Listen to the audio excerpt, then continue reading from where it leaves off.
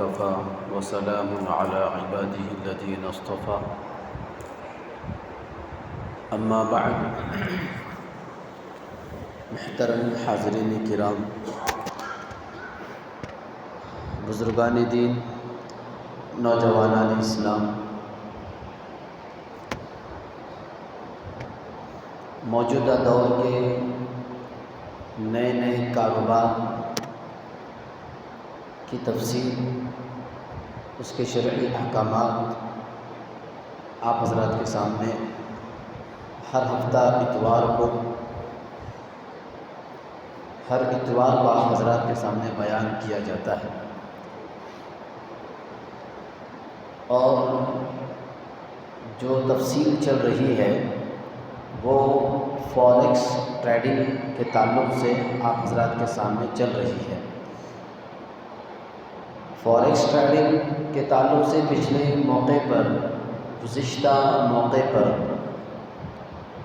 اس کے terminology, words, اصطلاحی الفاظ، مخصوص الفاظ، اس کی تعریف، اس کا ڈیفینیشن سب آپ حضرات کے سامنے بیان کیا جا چکا ہے۔ شرعی احکامات اس کے کیا کیا ہیں، کن وجوہات کی بنا پر وہ ناجائز ہے، یہ بھی آپ حضرات کے سامنے بیان کیا گیا تھا، جس میں 10 ایسے وجوہات ہیں جن وجوہات کی بنا پر شریعت نے فوریکس ٹریڈنگ کرنے کو ناجائز قرار دیا ہے۔ اس میں پیسہ لگانے کو، انویسٹ کرنے کو شریعت نے منع کیا ہے، تقریباً 10 وجوہات اور ریزن کی وجہ سے، دلائل کی وجہ سے۔ اس میں سے 3 وجوہات آپ حضرات کو تفصیل سے بیان کیا گیا تھا۔ مختصر سا اس کا تعارف، طریقہ کار سمجھ لیں۔ فوریکس ٹریڈنگ کرنے کے لیے پہلے فوریکس ٹریڈنگ میں اپنے اکاؤنٹ کو اوپن کرنا پڑتا ہے، جس کو سب اکاؤنٹ کہتے ہیں۔ اکاؤنٹ جیسے ہی اوپن ہو جائے گا، آپ کو ایک ڈاٹا چارٹس دیا جاتا ہے، جس میں آپ اپنے رائے قائم کر سکتے ہیں، اپنا سجیشن قائم کر سکتے ہیں۔ پھر اس کے بعد آپ لاٹ خریدیں گے یا منی خریدیں گے یا مائکرو خریدیں گے، اس کے حساب سے آپ حضرات کے سامنے پیش کیا جاتا ہے، کیا لیوریجن کے حساب سے آپ کو خریدنا ہے، کیا مارجن دینا ہے۔ تو بروکر آپ کو آفرز بھی دیتا ہے کہ یہ ہے، یہ ہے، یہ ہے۔ تو جب آپ ایگری ہو جاتے ہیں، راضی ہو جاتے ہیں، تو آپ کے اس اکاؤنٹ میں آپ کو دکھایا جاتا ہے، شو کیا جاتا ہے کہ آپ نے یہ خریدا، آپ نے یہ بیچا، شو کیا جاتا ہے۔ لاٹ آپ نے خریدا، مثلا $1,00,000 آپ نے خرید لیا، کرنسی کا تبادلہ ہوتا ہے فوریکس ٹریڈنگ میں۔ تو آپ نے خرید لیا، اس میں 1,000 روپے آپ نے لگا دیے، اپنے 99,000 بروکر نے اپنی طرف سے قرض دے دیا۔ تو جب آپ نے یہ طے کر لیا تو آپ کے تو 1,000 روپے چلے گئے، لیکن 99,000 جو بروکر کمپنی نے آپ کو دیا ہے، وہ 99,000 آپ کے اکاؤنٹ میں نہیں آئے، بلکہ اس فوریکس ٹریڈنگ کا جو اکاؤنٹ ہے، اس اکاؤنٹ میں شو ہوا ہے، دکھائی دیا ہے بس۔ تو یہ ہے اس کا۔ پھر اس کے بعد یہ کیا کرتا ہے، جو بروکر ہوتا ہے، آج کل تو فوریکس ٹریڈنگ میں جو چل رہا ہے، خود بروکر آپ کو قرض بھی دے گا اور خود بروکر ہی خریدنے والا بھی ہوگا۔ ایک ہی وقت میں وہ قرض بھی دے رہا ہے اور ایک ہی وقت میں خود خرید بھی رہا ہے کرنسی کو۔ تو دونوں جگہ وہ ہو جاتا ہے۔ یا کہ دوسری جگہ سے، چونکہ اکاؤنٹ اس کے سامنے آ چکا ہے، تو وہ جس کے پاس جو بروکر ہے اس کو ای میل کرے گا یا فون کے ذریعے سے اس کو میسج دے گا کہ فلاں ملک کی کرنسی کا چڑھاؤ بہت ہے، آپ اس کو خرید لو، اس کو بیچو، وہ میل کرے گا، اس کے آرڈر سے وہ خرید و فروخت ہوتا رہے گا، یا خود بروکر اس کو ای میل کرے گا کہ فلاں ملک کی کرنسی بڑھی ہوئی ہے، کیا خریدوں یا بیچوں، یہ بھی ہو جاتا ہے۔ تو یہ سسٹم اس طرح چلتا رہتا ہے۔ تو پھر جب اس نے ہاں کہہ دیا، آرڈر کے حساب سے خرید و فروخت ہو گئی، نفع مل گیا، تو اس کے مارجن کے حساب سے، فیصد کے حساب سے اس کو نفع ملے گا، نقصان ہو گیا تو پھر اس کی فیصد کے حساب سے اس کا نقصان ہو جائے گا۔ یہ ہوتا ہے فوریکس ٹریڈنگ کا طریقہ کار۔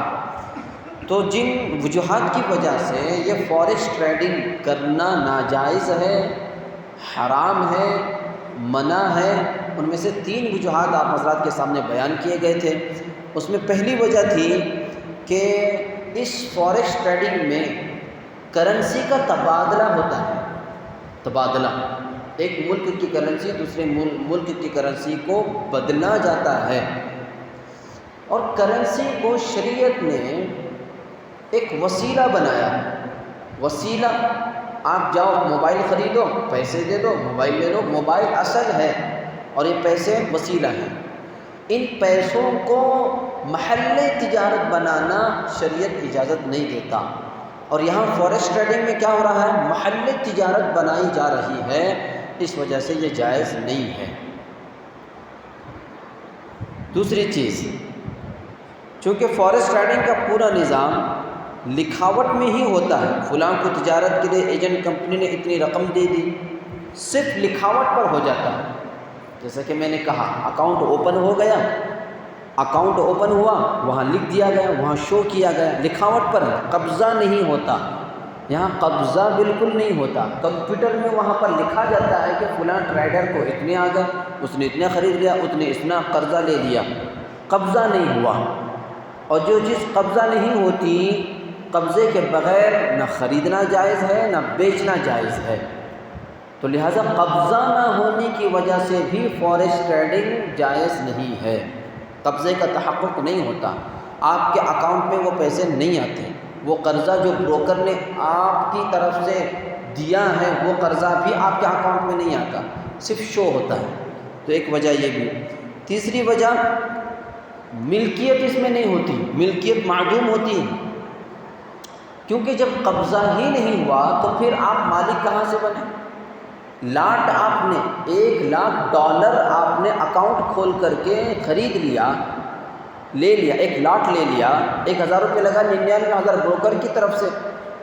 اب اس نے کہہ دیا ہے کہ ہم نے دے دیا ہے، تم نے لے لیا ہے، لیکن قبضہ تھوڑی ہوا ہے، اور قبضہ ہی نہیں ہوا تو مالک کہاں سے بنے؟ تو ملکیت یہاں پر معدوم ہوتی ہے، اور جو چیز کہ آپ مالک نہیں ہیں، کسی اور کو بیچ بھی نہیں سکتے، کسی اور کو بیچ بھی نہیں سکتے۔ یہ ایسا ہی ہوا جیسا کہ کسی نے کہہ دیا، یہ یہاں کا جو اپارٹمنٹ ہے بیت الحمد، کسی نے کہہ دیا میں نے تم کو بیچ دیا، اس نے کہہ دیا میں نے خرید لیا۔ اب یہ بولنے اور کہنے سے اور راضی ہو جانے سے تھوڑی اس کی خرید و فروخت ہو گئی، قبضہ بھی تو ضروری ہے۔ تو لہٰذا فوریکس ٹریڈنگ میں صرف کہنا اور بولنا ہے، اس وقت میں قبضہ بالکل نہیں ہے۔ تو ملکیت، اب جب یہ میں اس کا مالک ہی نہیں بنا تو میں تیسرے آدمی کو کیسے بیچ سکتا ہوں؟ فوریکس ٹریڈنگ میں اس کی ملکیت ہی نہیں ہوئی، مالک ہی نہیں بنا، تو اب وہ دوسرے کو کیسے بیچے گا؟ وہ لاٹ جو ہے جو اس نے خریدا ہے وہ کیسے بیچے گا؟ شریعت اس کی اجازت، مالک بننے سے پہلے، ملکیت آنے سے پہلے شریعت اس کو بیچنے کی اجازت نہیں دیتی۔ تو ایک تیسری وجہ یہ بھی ہوئی۔ چوتھی وجہ، یہاں پر مبیع معدوم ہوتی ہے، مبیع معدوم ہوتی ہے۔ آپ نے جس ملک کی کرنسی کو خریدا ہے وہ کرنسی آپ کے سامنے ہے ہی نہیں، کیونکہ مبیع تو وہی ہے نا، لاٹ کے ذریعے سے آپ نے جس ملک کی کرنسی کو خریدا ہے وہ ہے اصل مبیع۔ فوریکس ٹریڈنگ میں وہ ہے اصل مبیع، اور مبیع تو سامنے موجود ہی نہیں ہے، صرف شو کیا جا رہا ہے۔ مبیع معدوم ہے، یہاں پر مبیع یہاں پر ہے ہی نہیں، تو آپ خریدیں گے کیسے؟ یہ ایسا ہی ہوا ایسا ہی ہوا جیسا کہ شریعت نے جس طرح منع کیا ہے کہ معدوم کی بے جائز نہیں ہے.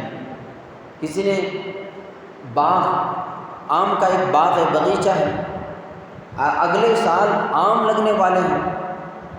باغ آم کے باغیچے کے مالی کو اس نے ابھی سے کہہ دیا اس سال جتنے بھی آم لگیں گے میں اس کو اتنے میں خرید لوں گا. شریعت کہتی ہے کہ یہ منع ہے، جائز نہیں. کیوں؟ کیونکہ ہو سکتا ہے کہ قحط سالی پڑ جائے.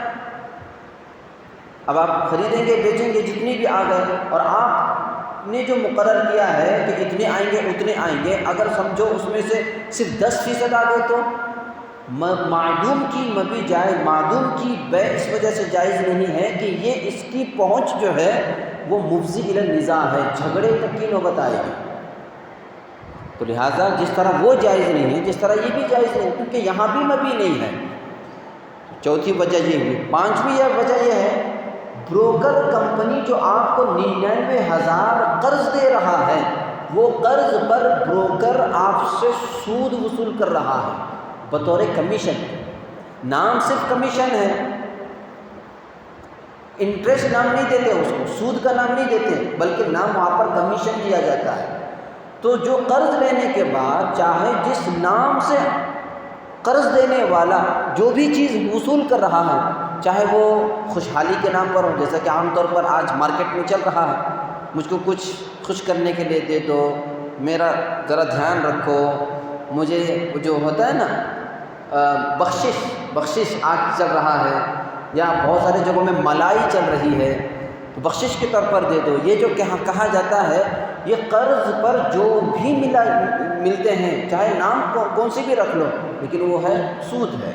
تو لہٰذا بروکر جو آپ کو دیتا ہے وہ بطور کمیشن کے جو دیتا ہے وہ سود ہے. لہٰذا سود پر لینے کی وجہ سے فوریکس ٹریڈنگ یہ بھی ناجائز ہے. اسی طرح چھٹی وجہ اوپر جیسا کہ کہا گیا ملکوں کی کرنسی تجارت کا وسیلے کا ایک ذریعہ ہے. لیکن یہ پورے فوریکس ٹریڈنگ میں آپ نے دیکھ لیا یہاں تجارت مقصود نہیں ہے، کاروبار مقصود نہیں ہے. یہاں کرنسی کے ادلا بدلی کرنے میں، تبادلہ کرنے میں، ایکسچینج کرنے میں محض یہاں پر فائدہ دیکھا جاتا ہے. پرائس کا فائدہ، مجھے نفع حاصل ہو جائے، میں نے پیسے لگایا چاہے وہ بھاڑ میں جائے لیکن مجھے نفع ملنا، مجھے فائدہ ملنا، مجھے پروفٹ ملنا، مجھے بینیفٹ ملنا، یہ مقصود ہوتا ہے لینے والے کا بھی، خریدنے والے کا بھی، بیچنے والے کا بھی، دونوں کا یہی مقصود ہوتا ہے. اور جن چیزوں میں یہ ہوتا ہے، یہ مزاج ہوتا ہے، اسی کو کہتے ہیں جوا. جوا کہتے ہیں اس کو کاروبار نہیں کہتے. کاروبار کیا ہے؟ کاروبار میں دونوں طرف سے نقصان نہیں ہوتا. جوا میں یا تو بہت فائدہ یا تو پورا لاس. تجارت میں پورا لاس نہیں ہوتا. آپ نے دکان خرید لی، دکان میں آپ نے مال لگا دیا، 5 لاکھ کا مال لگایا، کسٹمر آئے نہ آئے لیکن مال تو تمہارے پاس موجود ہے، اس کو کہتے ہیں تجارت، اس کو کہتے ہیں کاروبار. لیکن یہاں کچھ نہیں ہے، لگا دیے، گیا کام ختم. تو لہٰذا یہ جوئے کی شکل ہے، یہاں پر صرف نفع دیکھا جاتا ہے. اسی طرح 7ویں وجہ یہ ہے قرض اور بے دونوں جمع کر دیا گیا ہے. یہاں پر شریعت میں یہ بھی منع ہے ایک ہی ساتھ قرض، ایک ہی ساتھ بے. کیونکہ آپ دیکھ لو بروکر جو آپ کو قرض دیتا ہے، بروکر آپ کو بطور قرض 99,000 روپے جو دیتا ہے لاٹ خریدنے کے لیے، اب تو فوریکس ٹریڈنگ میں کیا ہو رہا ہے، وہ خود خریدنے والا بھی ہو جاتا ہے. وہ خود خریدنے والا بھی ہے. ابھی پہلے وہ نہیں تھا، لیکن اب جو فوریکس ٹریڈنگ چل رہا ہے اس میں خریدنے والا بھی وہی، قرض دینے والا بھی وہی. یا قرض بھی نہیں، خریدنے والا تو نہیں رہے گا، لیکن یہ کہے گا کہ میں فلاں کمپنی کو بیچوں گا، آپ مجھے بیچ دو، میں ان کو بیچ دوں گا.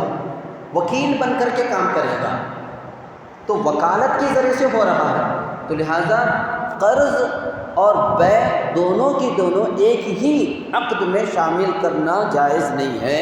اس وجہ سے بھی فوریکس ٹریڈنگ جائز نہیں ہوتی. تیسری چیز، 8ویں چیز یہ ہے، یہ تجارت محض لکھاوٹ سے ہوتی ہے، لکھاوٹ سے ہوتی ہے۔ اب دیکھیے یہاں قرض اس نے لیا، 8ویں وجہ اس کی، یہاں اس نے بروکر سے قرض لیا اور کسی ملک کی کرنسی اس نے خرید لی، بروکر سے قرض لے کر کے کرنسی خرید لی۔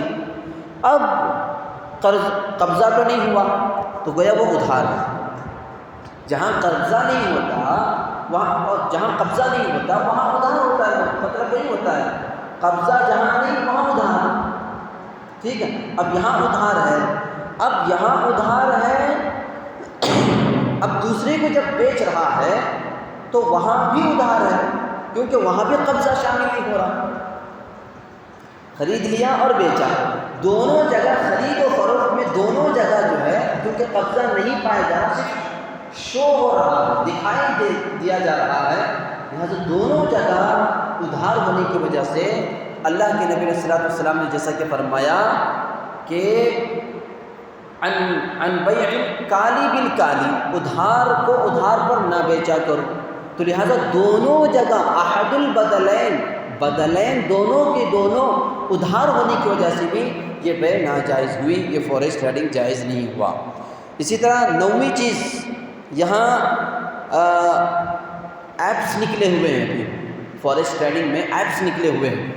اس میں کیا ہوتا ہے، بروکر کمپنی جو ہوتا ہے، دو عاقدین ہوتے ہیں، ایک سے میں نے خرید لیا، ایک کو میں بیچ رہا ہوں، تو جیسے کہ اوپر کی جو وجہ جیسا کہ میں نے کہا وہی وجہ یہاں پر بھی ہے، وہاں تو وہ وکالت ہو رہی جس کی وجہ سے وہ ناجائز ہے، یہاں خود اب جیسا کہ فوریکس ٹریڈنگ کے اندر چل رہا ہے، ایک طرف وہ خود ہم کو بروکر بن کر کے قرض بھی دیتا ہے، ایک طرف وہی خود خرید لیتا ہے، عاقد ثانی بھی وہی، عاقد اول بھی وہی، تو اس وجہ سے یہ بھی جائز نہیں ہوئی۔ اور اسی طرح 10ویں وجہ اس کی یہ ہے، یہاں پر محض دھوکہ ہوتا ہے فوریکس ٹریڈنگ، فوریکس ٹریڈنگ میں دھوکہ ہوتا ہے، یہاں سچائی نہیں بیان کی جاتی، دھوکہ ہوتا ہے، اور جن چیزوں میں دھوکہ ہوتا ہے اس میں جائز نہیں ہوتا کاروبار کرنا، تجارت کرنا، بزنس کرنا۔ دھوکہ کیسے ہوتا ہے، ان تمام چیزوں میں محض لوٹ مار ہوتی ہے، جو ٹریڈر بن کر کے اس کے اندر حصہ لگایا، یہ بھی لوٹنے کی کوشش کرے گا، یہ بھی لوٹنے کی کوشش کرے گا، اور وہ فوریکس ٹریڈنگ والے بڑے بڑے خواب دکھائیں گے، اس میں حصہ لینے والے، اس میں انویسٹ کرنے والے کروڑوں کما لیے، لاکھوں کما لیے، ان کو اتنا بڑا چیک مل گیا، کروڑوں کا چیک مل گیا، یہ بڑے بڑے خواب دکھا کر کے فوریکس ٹریڈنگ میں شامل کرنے کی، انویسٹ کرنے پر آمادہ کریں گے، ترغیب دیں گے، حالانکہ ہے کچھ بھی نہیں، وہاں صرف لوٹ مار ہوتی ہے۔ تو جن ٹریڈنگ میں اور جن بزنس میں صرف دھوکہ ہوتا ہے، دھوکے کی بنیاد پر سب کچھ چلتا ہے، اس میں بھی شریعت انویسٹ کرنے سے، اپنا مال لگانے سے، کاروبار کرنے سے شریعت روکتی ہے۔ تو یہ 10 وجوہات ہیں، اس کی وجہ سے فوریکس ٹریڈنگ جائز نہیں ہوتی۔ آگے جیسا کہ وہ کوموڈیٹی، فوریکس کوموڈیٹی بھی ہے، اس کی بھی ایک الگ تفصیل ہے، اور پھر ایک جائز صورت ہے فوریکس ٹریڈنگ کرنے کی، وہ بھی آپ حضرات کو انشاءاللہ آئندہ ہفتے بیان کیا جائے گا۔ اللہ تعالیٰ عمل کی توفیق عطا فرمائے۔